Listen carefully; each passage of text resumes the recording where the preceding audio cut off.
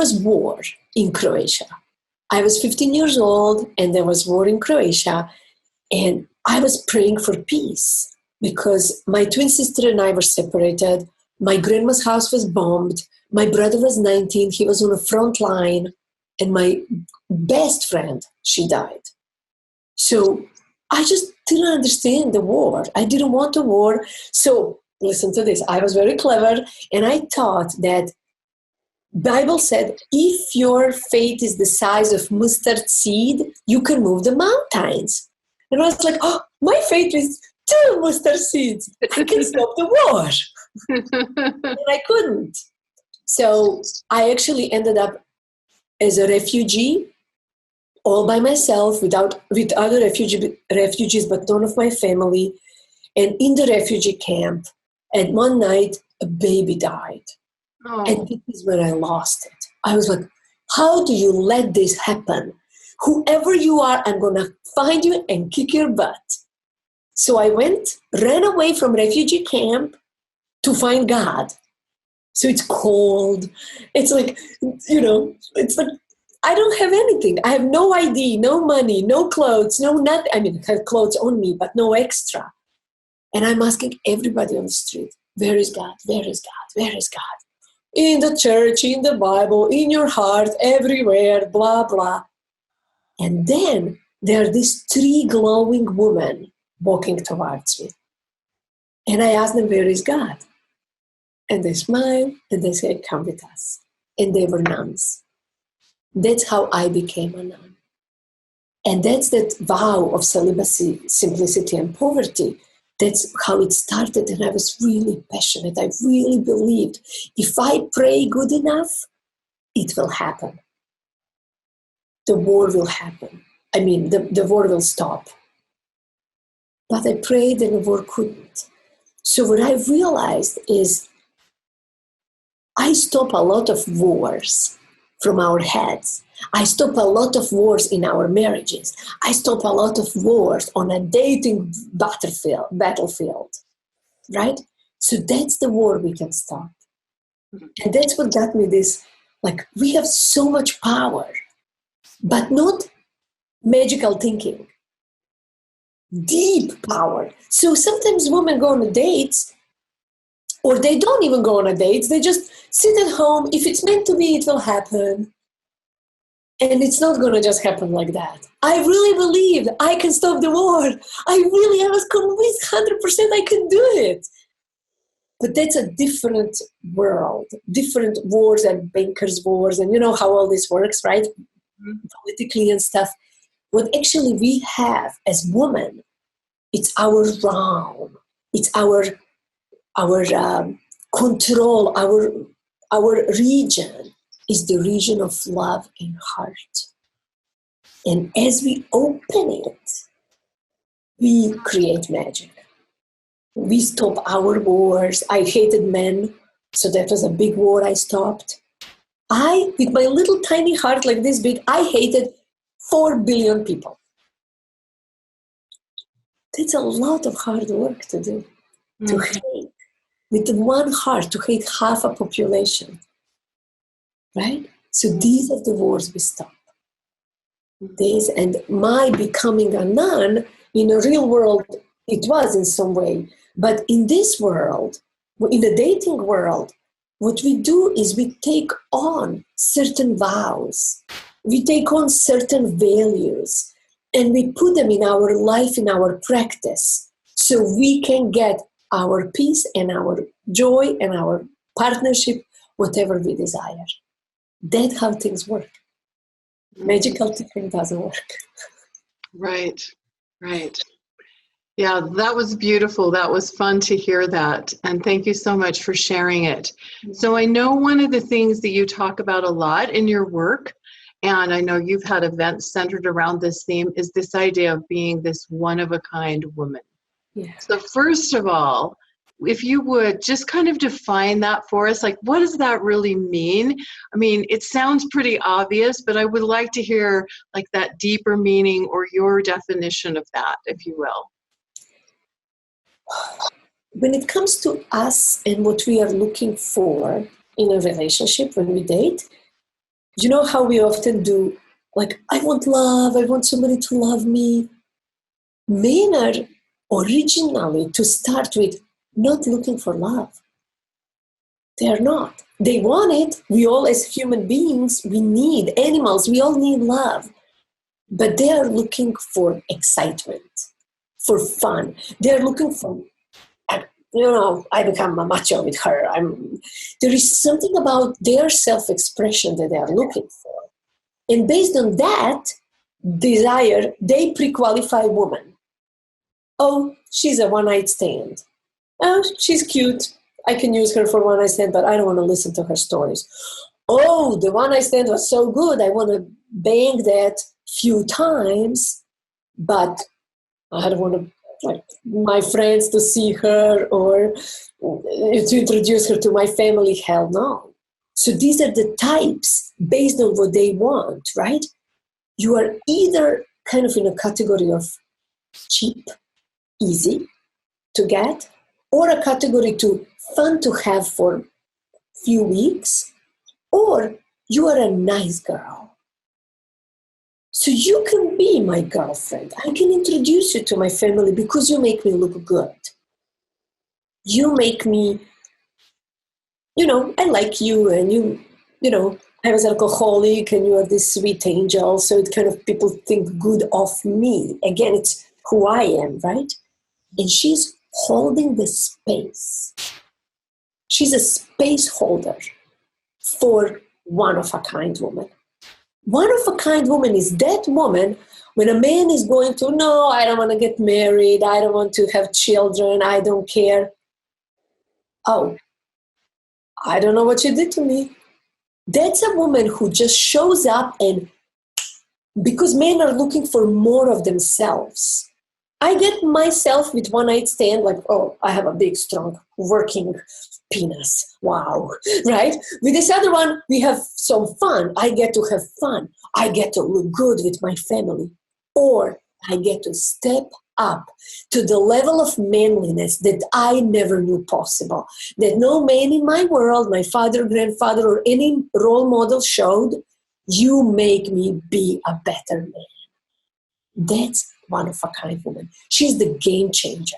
She's unique. She's original. She's something special, regardless of her looks and weight. She can tickle man's heart in that way that man is like, I don't know what happened to me, but I used to be a player. I want her. Mm-hmm. Yeah. Yeah. And so for women that are listening here and they're saying, how do I stand out as that one-of-a-kind woman? Because I suspect most of the women here are not wanting to be in any of these other categories you've been describing, right? Yeah. So men look at us from their perspective. So if many women want to sell themselves to a man, right? We do that. That's a normal mating, flirting game. Oh, look at my sweet, beautiful hair. Look at my boobies. Look at my shoes. Look at my purse. Look at my career. Look at my whatever, right? So we are selling ourselves to a man. That's the number one problem. When you try to sell yourself to a man, the positioning is instantly below. I'm trying to get you. You are above me. And that's what doesn't inspire men to play, to that gorilla power. Doesn't inspire him. If you think about poetry, picking up the roses, creating something fascinating, this is all created by men trying to impress us.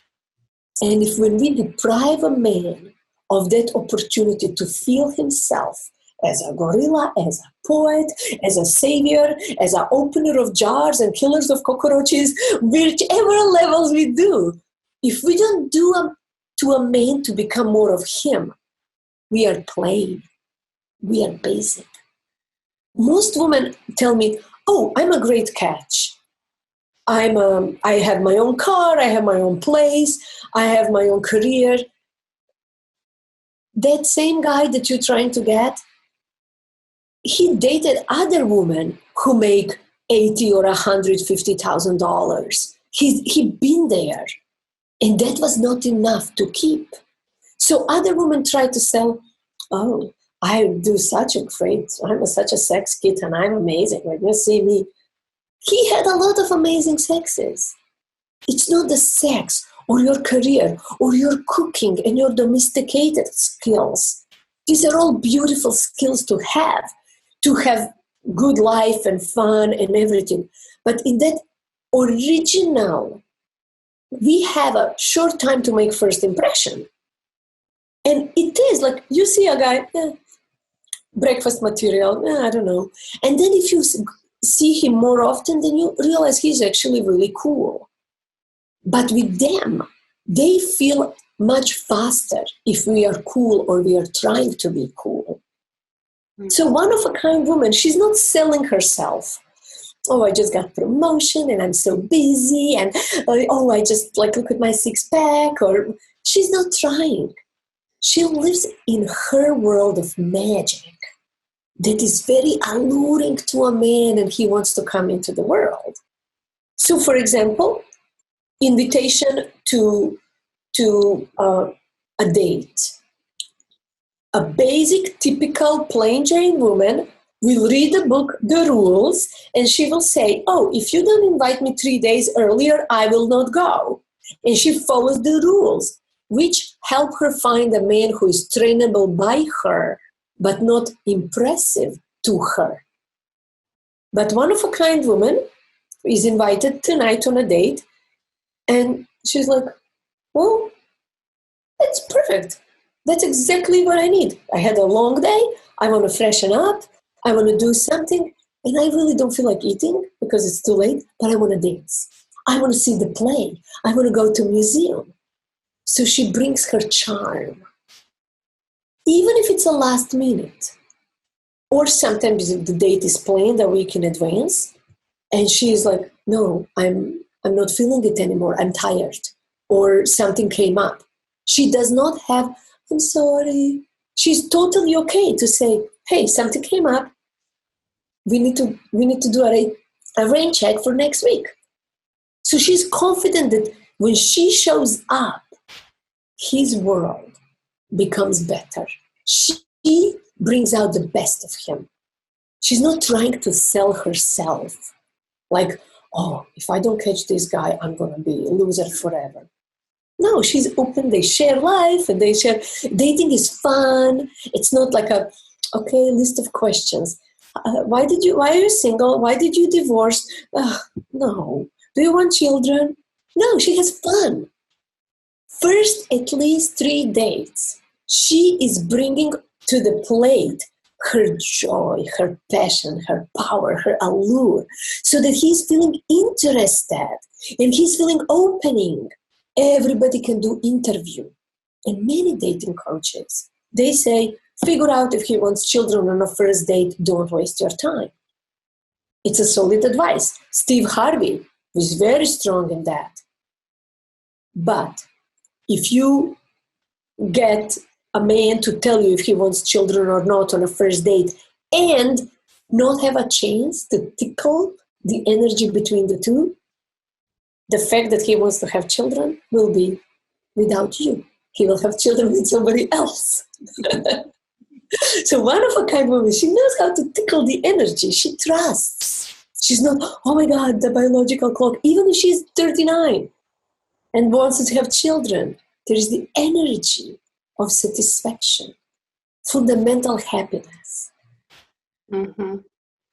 What do you think? Tell me, how does that feel to you? Well, it feels great, and it really resonates with me because a big part of my work is helping women and supporting women in being really centered in knowing their own value. That's an intrinsic value that is not dependent upon what is or isn't happening in the outside world with any man, with any boyfriend or potential boyfriend. It's her knowing her own value intrinsically from within and having that confidence that you're talking about to navigate the world in that way that feels true to her, that honors her feminine energy, honors her feminine spirit, and feels like she's in alignment with her values. And then the other part that really resonates with me of what you were talking about is a woman being in her joy. Because as you know, I've done these events where I've interviewed all male experts several times. And one of the things that the men have shared with me over and over again, sometimes in the interview or sometimes in our conversations before or after the interview, when they're talking about the women that they're with or the women that they've married or that they're attracted to, is they've shared that one of the things that really attracted them to that woman was seeing her in her joyful, passionate, playful state. So it can show up in so many different ways. Like if you have a hobby or an interest or a cause that you're really passionate about, that you really care about, that really lights you up from within. These men have shared with me that that's something that's just incredibly attractive, because they see this woman in her joy expressing her passion, and it helps get them from that thinking place, just that logical, single focus thinking. From logical to magical. To like you said, we are so magical to them. To feeling something. It helps reconnect them with their feeling, because a lot of very masculine men, for the most part, are operating most of the time in their minds, in their brains, rather than being really connected with their feelings. So this idea of tickling the heart in the way you're describing is very descriptive. You're actually helping them feel something. So this really... And they don't know what is it about her.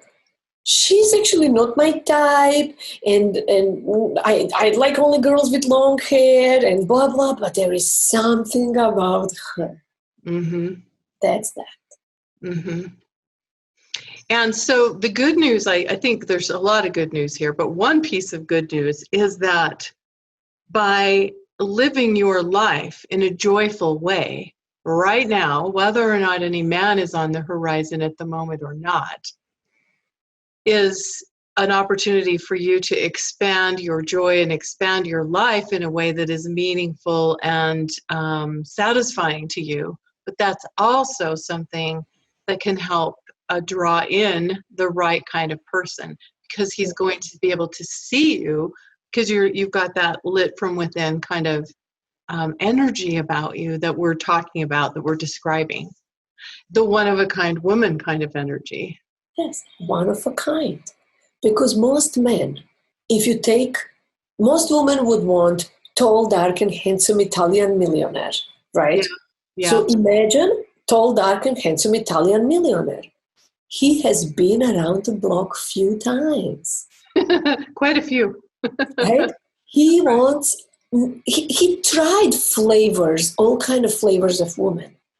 He wants one of a kind. Yeah. Men would spend $500,000 for a Ferrari. Dream of it, wish for it, hope for it. But they would not look after broken Honda 1998 and be like, wow. You see, if we present ourselves as a broken Honda, but I'm practical, I'll take you from point A to point B. Yeah, if I don't have a car, I'll drive broken Honda. But if I can have anything I want, and it requires me to work and to save and to discipline and to focus, I want a Ferrari. Just like we want a nice purse. They want a nice purse. That's a woman who would make them look good, not just physically. If you look at all this, whatever movie stars like Ben Affleck and his dating world right now, he has all these pretty girls around. They're not game changers. They're not one of a kind. They're, bam, wham, thank you, ma'am, goodbye. Next, right?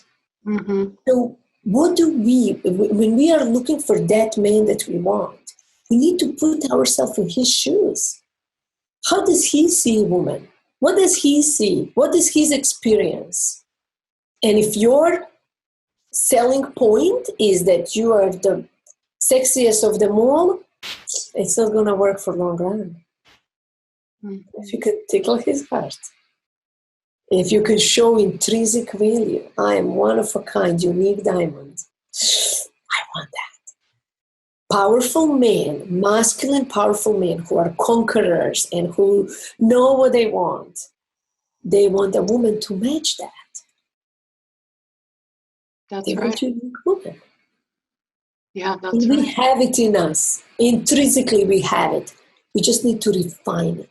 I always think about it. We need to become, at the same time, more wild and more refined. It sounds like oxymoron, but it's actually, we are not wild enough in touch with our real truth. We are programmed. And we are not refined enough to use discipline of, instead of one night stand, to kind of like space out your tempo, right? To refine our words we use towards men. To refine appreciation. What I call gold digging. I always teach my clients, dig for the gold. And they look at me like dig for the gold in the heart.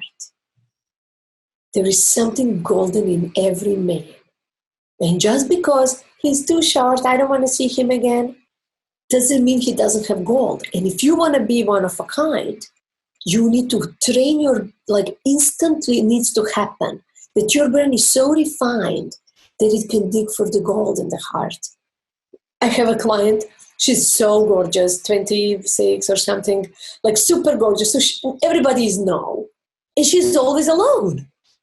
She's been single for a long time because too short, too this, too that. And she's like, I really didn't find anything good about him. I really didn't like him. He tried to kiss me. He tried this, he tried that. And I said, was he on time? Yeah, he came before me. Did he pay for your food? Oh yeah, and gave a tip and everything. Was he kind to a waiter? Oh yes, he was very friendly actually, and asked a waiter for something and they had a nice conversation. Did he spread his legs all over the chair? Or there was a space for other people to walk around? Oh, no, there was a lot of space. There was everything. Did he walk you to your car? Oh, yes, he actually called me Uber and paid for my Uber. So now, can you dig some gold now? No, I really don't like him. So I trained her, as I train my clients, dig for the gold. And if we can refine our eyes, our energy will soften. We will not look at them as a prey, as an opposition, like an enemy. We will look at them as a partner. Like, wow, this was such a great time. Instead of he tried to kiss me, he was on time. He paid for everything. He took care of me. He was really funny with the waiter. He was open-minded about this. We spoke about that. Wonderful time. I love dating. I love men and men love me. That's a game changer. Mm-hmm.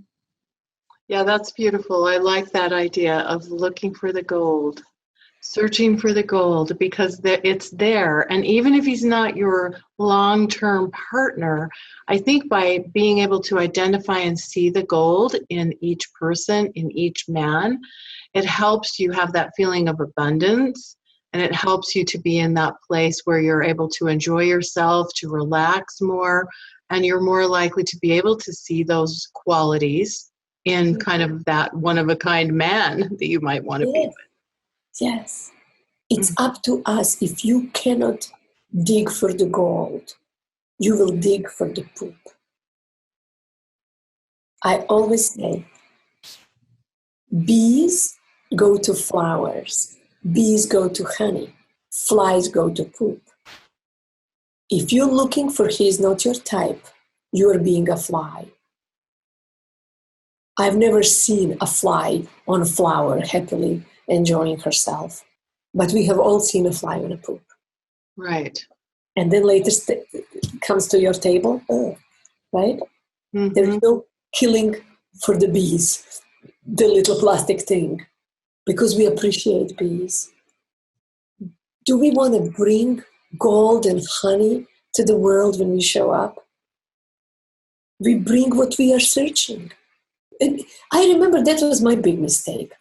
I hated men. I believe they were wrong for this war that happened. My father was a very abusive man.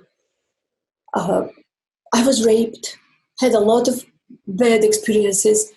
So my idea was, I want to protect myself. I want to hate the world, but I want to have one man to love me.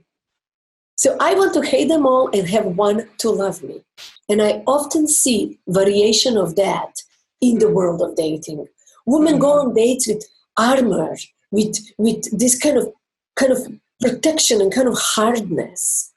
When once our heart hardens, we will not be attractive to a special, unique man that we desire. They will just not resonate with us. You cannot fake it. You must soften your heart. And then when you feel like you not feel safe, then you put a boundary. Right. You have to steal your heart away. Just don't put a fence. Don't step on flowers. No flies allowed. Whatever you need to put. And that's our job when we go on multiple dates with men we don't like. Dig for the gold, learn your boundaries, learn your truth. And you never know. He may become your best friend, and his male best friend could be your husband. That's right. That's right. Yeah. That was beautiful. That was very well put. And I think that it's probably causing a lot of people to really do a little bit of deep thinking. So I like your analogies and your thoughts here. So I know you have this idea of two foreign languages is what you call them. Mm-hmm. Feminize and Manglish. Yeah, feminine. So, like okay. Japanese, it's feminese. Oh, feminese and Manglish. Okay, so tell us about those, if you would. Yeah. So, for example, for the Alzheimer's disease, people say play crossword puzzles. That actually does not work. What works is cause a little bit of anxiety to your brain, a little bit of that's what rewires and helps straighten the neural pathways to prevent, right? So same thing with our, how do you cause that anxiety? By learning a foreign language. If I tell you, let's say in Croatian, this is olovka. Can you repeat? Olovka. Olovka. Okay, I'm going to leave it to the side, and I'm going to ask you in 5 minutes what this was. Okay. Don't write it down. In 5 minutes, your brain will be stressed out. That what causes that stress. How did you say? I know it started with O, because oh la la, but I forgot the rest. So that trying to find rewires the brain and opens you up. And when it comes to relationships, our rewiring is learning the language that man ear can hear, that can respond to instantly. If I conduct all this interview in Croatian, you would not hear me. So I have to learn English, right? Mm-hmm. So when I talk to men, I need to know their language, and I need to know feminine language, so that I can talk in a way that he can see me as a woman. You recognize me as a foreigner because of my accent. And if I fully speak my Croatian, you will definitely know she is totally not from here, right? Mm-hmm. So we want men to know that we are not from their world. Because if we are too much from their world, we become beer-drinking buddies. Right. We become, whatever. Hey, want to grab a beer? We are not precious. We don't hold intrinsic value. We are from that world. But when they know we are from another planet of feminine language, they want to learn and they want to figure it out. They want to conquer the dragons for us. So it's very important for us to learn that feminist language is the language of the heart. If you imagine kingdom, king sits on a king's throne, queen sits on a queen's throne. In our kingdom, between man and woman, feminist language owns the throne of feelings and heart. So when a man asks you, you want to go out to Italian restaurant, you don't say, that sounds good, or I think that will work. You say, I feel really excited about Italian. I am so happy when I eat spaghetti. Or, oh, you know what makes me excited about Italian food? Ravioli. Oh my goodness. You see, we talk about feelings. So then later in life, when we have conflict with them, we can say, I don't feel comfortable with that. So he instantly knows she's all in her feelings and they value. So I'm going to protect her feelings, even if I need to protect her from my own peace. Mm-hmm. Right? Right. If we don't own, if we don't speak feminese, if we speak Manglish, and they think we are from their world, which in our world we just hook up and blah, blah, blah, life is, tougher. Then when we want to be honored for our feelings, it will be too foreign. Just like for you, you probably forgot that this is Olivka. Olivka. No, it's not Olive. Olovka. Alovka. Olovka. But you're really good, actually. It was close. Very close. You see, but if we don't train, this one interaction with our feelings want to be cherished will not resonate unless we own the throne of feelings. Mm-hmm. I feel so happy. I feel excited. I don't feel like, because like is not a feeling. I feel like Italian. Even if he says, do you feel like Italian? You say, oh, I feel excited and sexy about pizza and pasta and macaroni. Oh, bella donna. I can't wait to get some acqua minerale. You see, you bring your joy. Communication, Manglish and feminese, and how they talk to be actually heard and connected in irresistible ways. Mm-hmm. Because everybody can connect. You feel like pizza? Yep. Everybody can connect. But irresistible connection, that's when Manglish and feminese make love. Well, yes, and this really ties in with this theme beautifully of being the one-of-a-kind woman, because when you are expressing yourself in this way, it gives the man clear signals as to how he can please you, what's going to please you, and he gets that reward of knowing that he's making you happy. He's not just providing you with dinner or with a pizza. He's making you happy because you feel so happy about eating Italian food, right? And then if you use the words that are, most men rarely use the words of emotion. Mm-hmm. They don't go to their body, hey buddy, how are you? Oh, I'm feeling really excited about the flavors of today's coffee. Right. Woman would say that. Right. But a man, hi, what's up? I'm good. Yeah. Hey, dude. Oh. Hey, buddy. So when we give them this flavor of our words, I like to use the word delicious in my dates, and most people who know me well, they say, whenever I hear the word delicious, I think of you. Because I mention it all the time. I sometimes say, I miss delicious.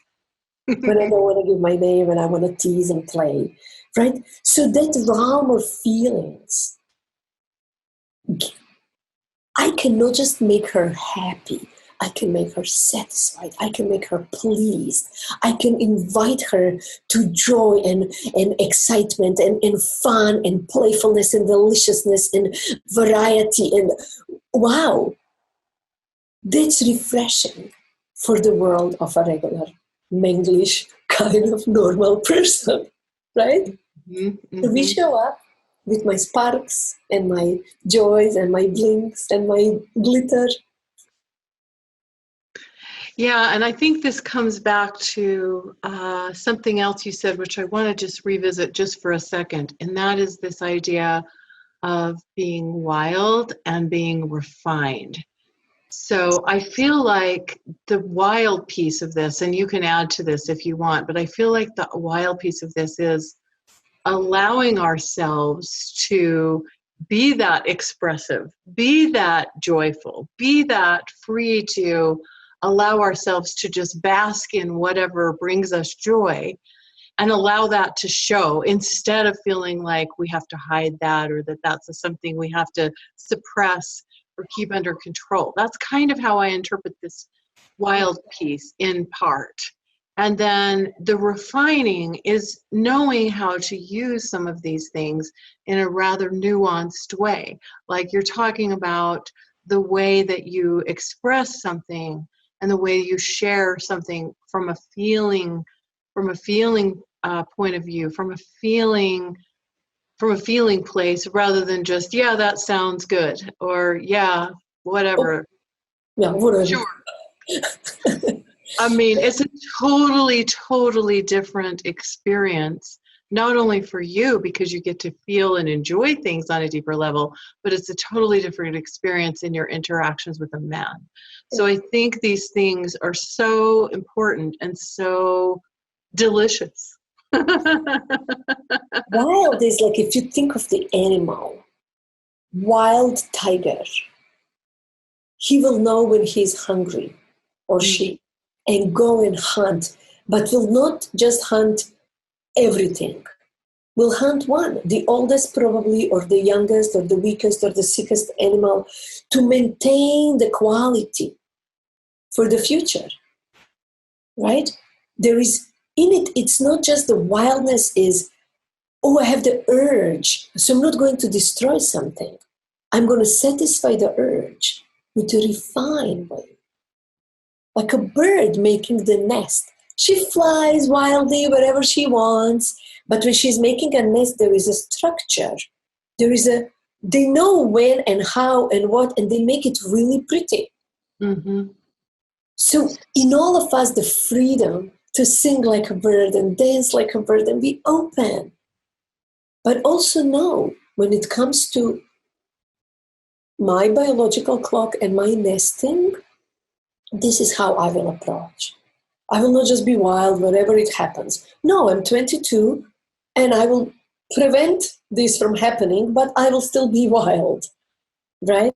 And in the communication, let's say we've been married for 20, 30 years, that wildness that you can just like, there is no rules. I have to cook this today, or even though structure helps. But I feel like making creme brulee for the first time and burning it on top and just make it fun.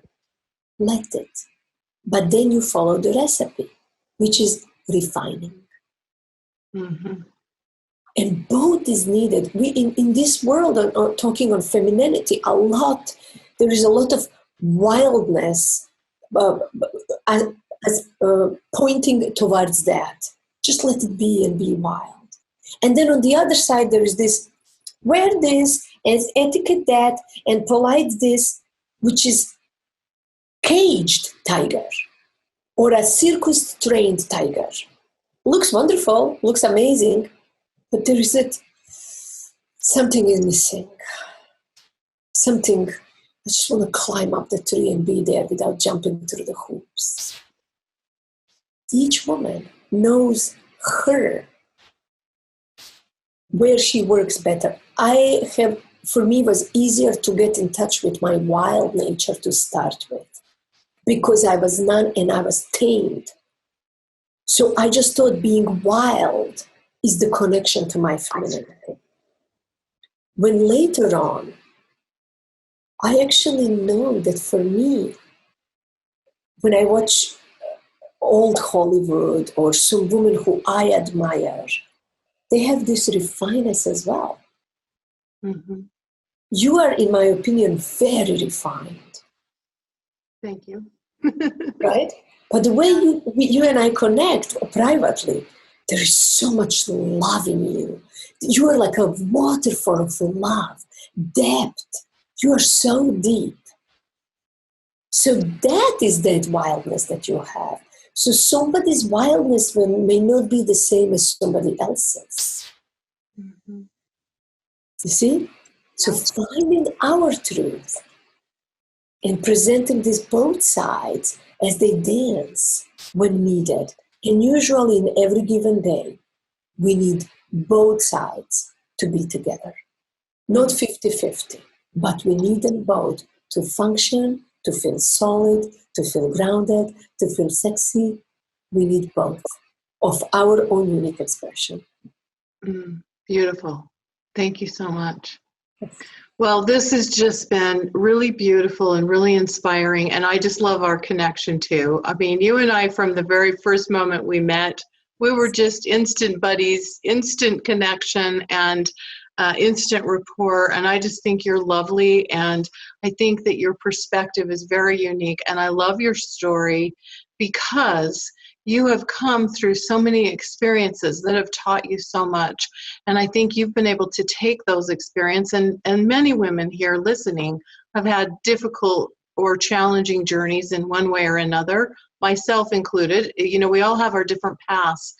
But the key here is that we can take all of these experiences and we can create something beautiful even out of the hard or difficult or heart-wrenching experiences that we've had. And that's what I think you've been able to do really successfully.